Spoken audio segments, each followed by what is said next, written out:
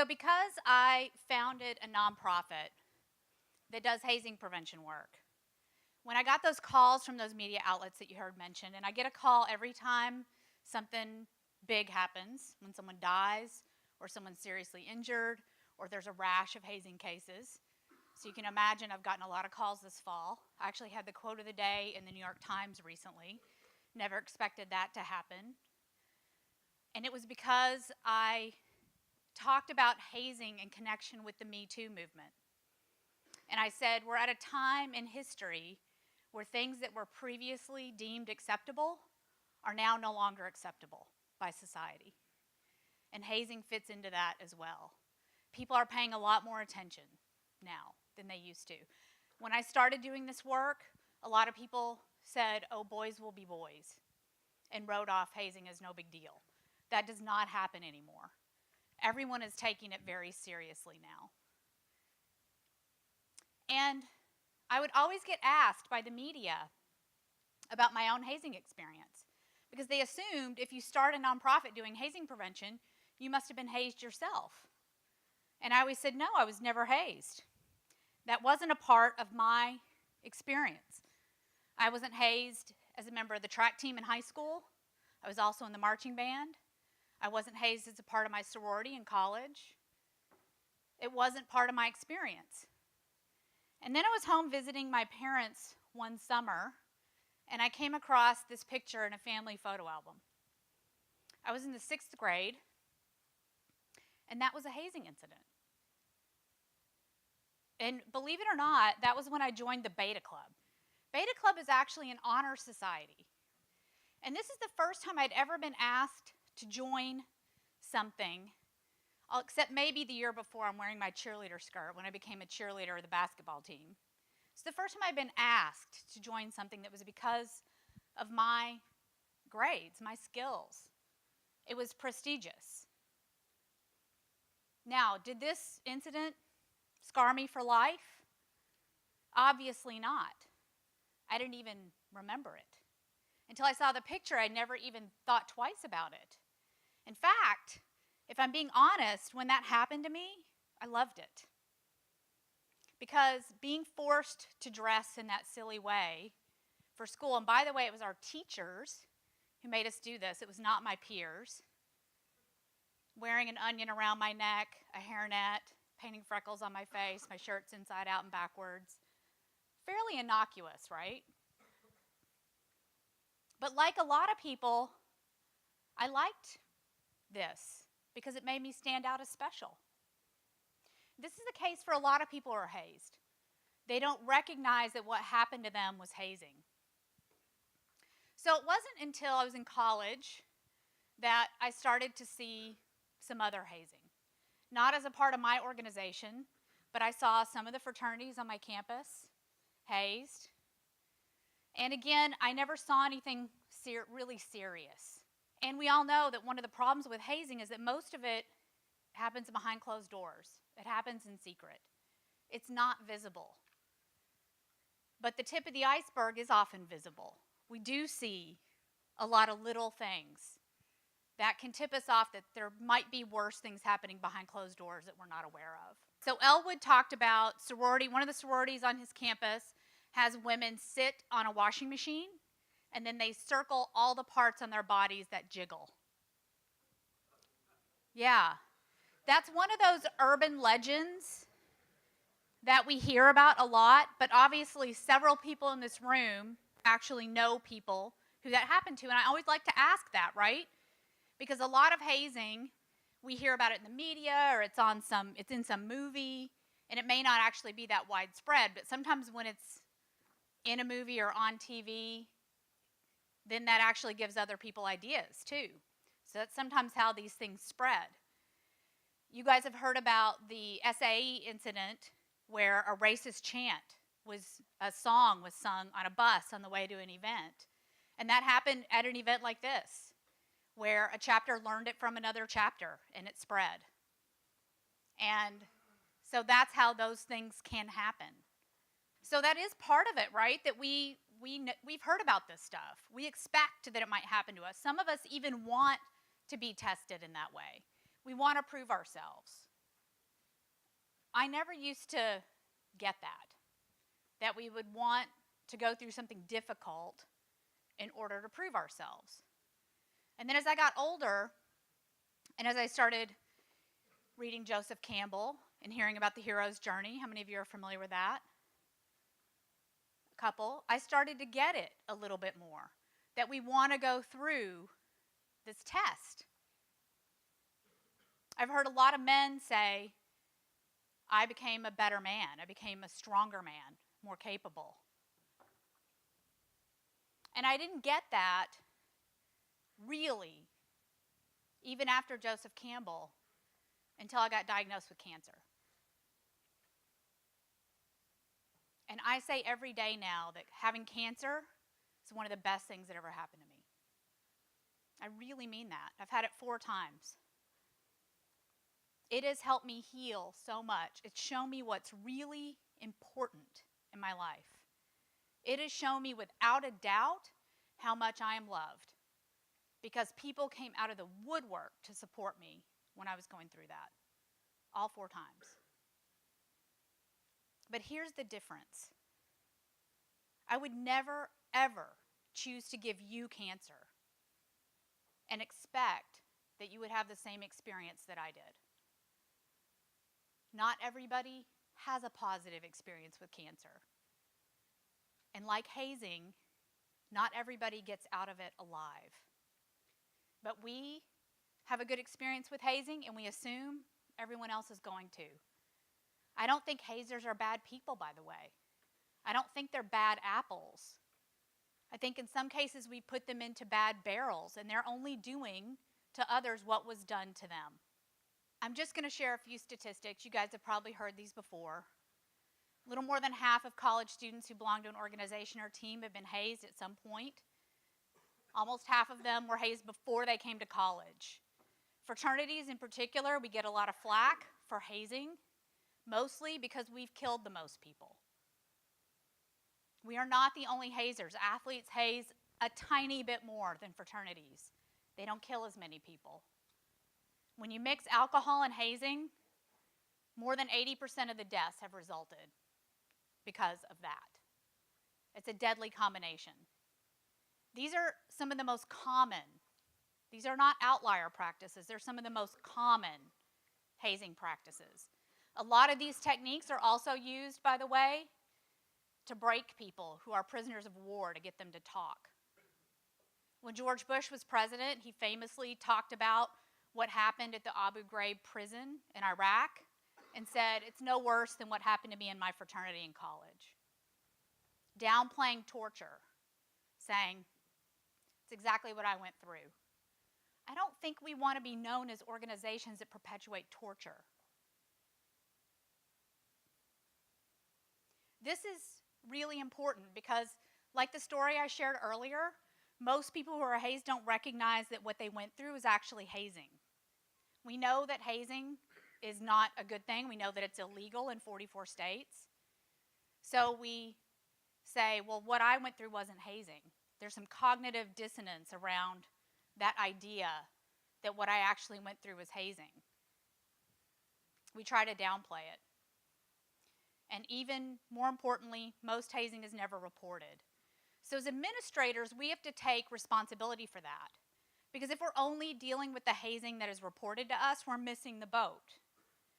Because most of it is never reported. It's like that behind closed doors stuff that I talked about earlier.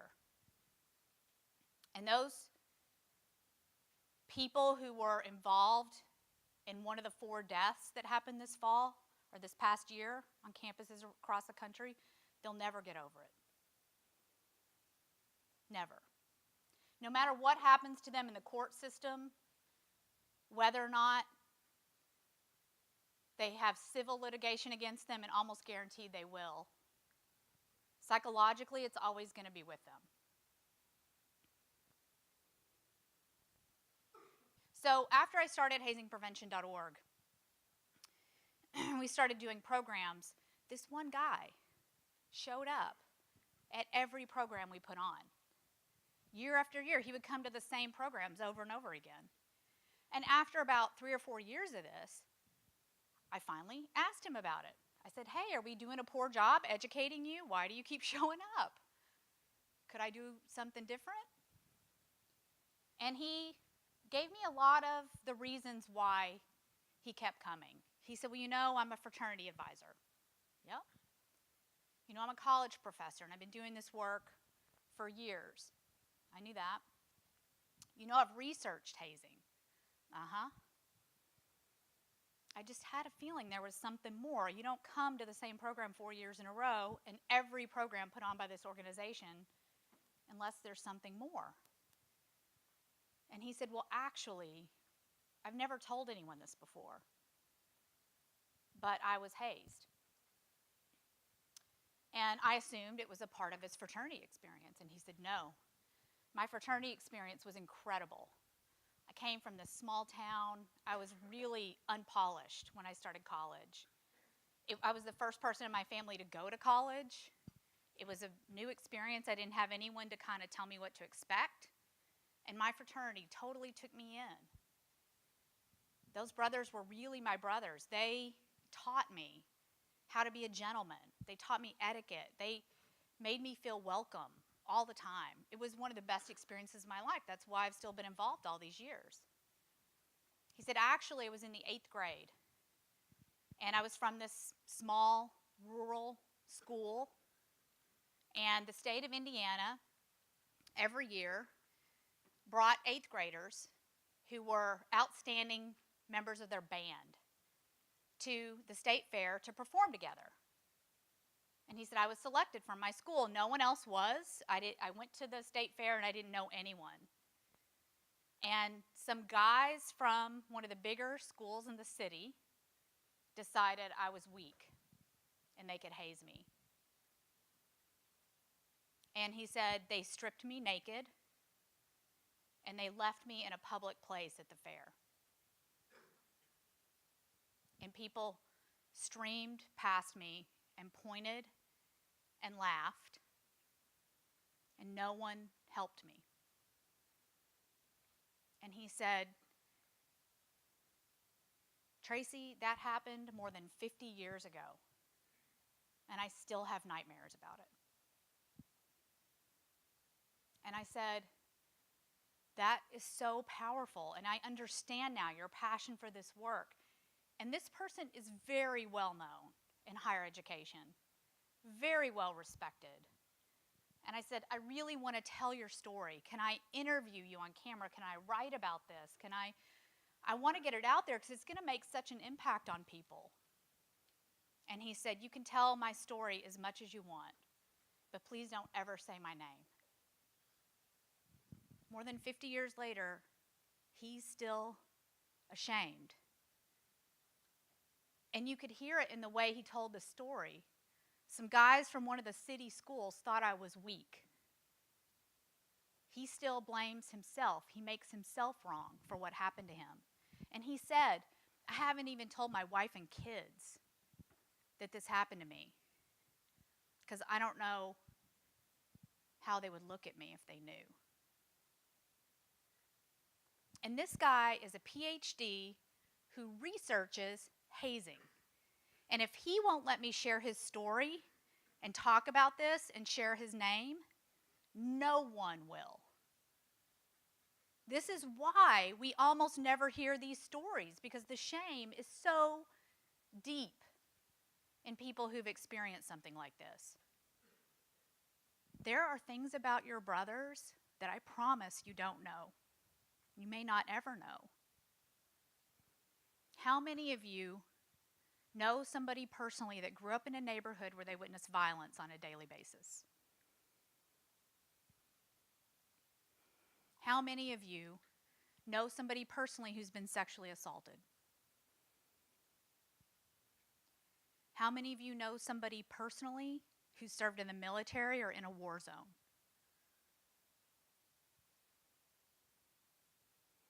How many of you know somebody personally who has struggled with an alcohol or drug addiction? How many of you know somebody personally who struggled with a mental health issue? Look around the room. Almost everyone raised their hand on something, and most of you raised your hand on every single one of them. Hazing is bad enough, but the trauma it can cause and re-trigger in people is worse. So there's only a few ways that hazing typically ends. You're painfully familiar with the first one. The second one is that there is a report. We heard earlier that doesn't happen very often. It's rare. It might start becoming more and more common as more people are aware of this problem and less tolerant of it.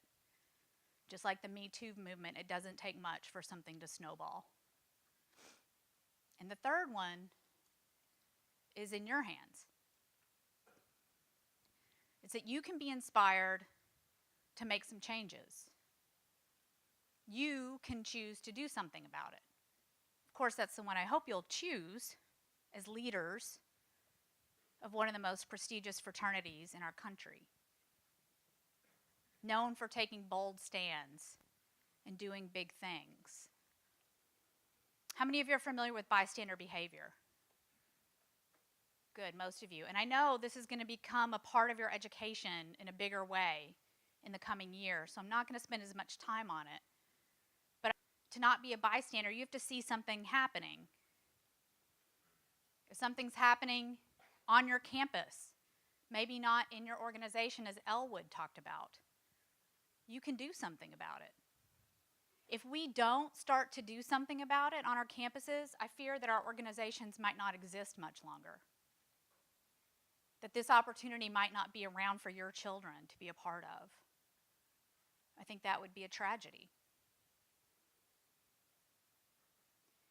This is where most people get stuck. They might see it like Elwood did. They might think it's a problem like he did. They might start to feel some responsibility, but they don't know what to do. We don't know what to do. And then you have to actually have the ability to act. Sometimes it's just courage. Sometimes it's opportunity. Sometimes it's engaging other people to be allies so you're not doing it on your own, because that's really hard. I get that. I don't ever want you to do something to stop hazing that might actually put your own life or well-being in danger. So be smart about it. Here are some of the things you can do. And sorry, the first one is a little bit off the screen, but I think it's the most important, is what we're doing here today. My program is called A Conversation About Hazing. One of the most important things you can do is talk about it. Go back to your campuses and talk about it. Show the movie. Have a discussion. Do the exercise I did at the beginning. What is something that you've seen that makes you uncomfortable? Talk about where we draw a line. I personally don't believe there's any acceptable level of hazing. But I would be grateful if we would stop killing people. So if you have to start with ending the most egregious practices which have that potential, mostly alcohol and physical hazing, that's a good start. Alcohol has no place in our new member process, none. No one ever woke up and said, hey, let's go kill one of our new members today. And yet it happened 4 times on campuses this year alone. Every single year since 1969, someone has died in this country from hazing. We can stop that. We have the power to stop that at a minimum. Hazingprevention.org, the organization that I founded, has lots of resources, lots of help, lots of education, lots of tools. You can now go search the hashtag 40 answers or 40 actions on Twitter and come up with thousands of suggestions of actions that you can take, answers that you can give to people who still think hazing is necessary in our organizations. I encourage you to do that. So even though I started a nonprofit doing hazing prevention work, And I travel all over the country talking to groups like you about hazing. And I go on TV occasionally when something terrible happens and I'm invited to talk about it. I can't actually do anything about hazing. I'm not in the position to do that now. But you are. You can.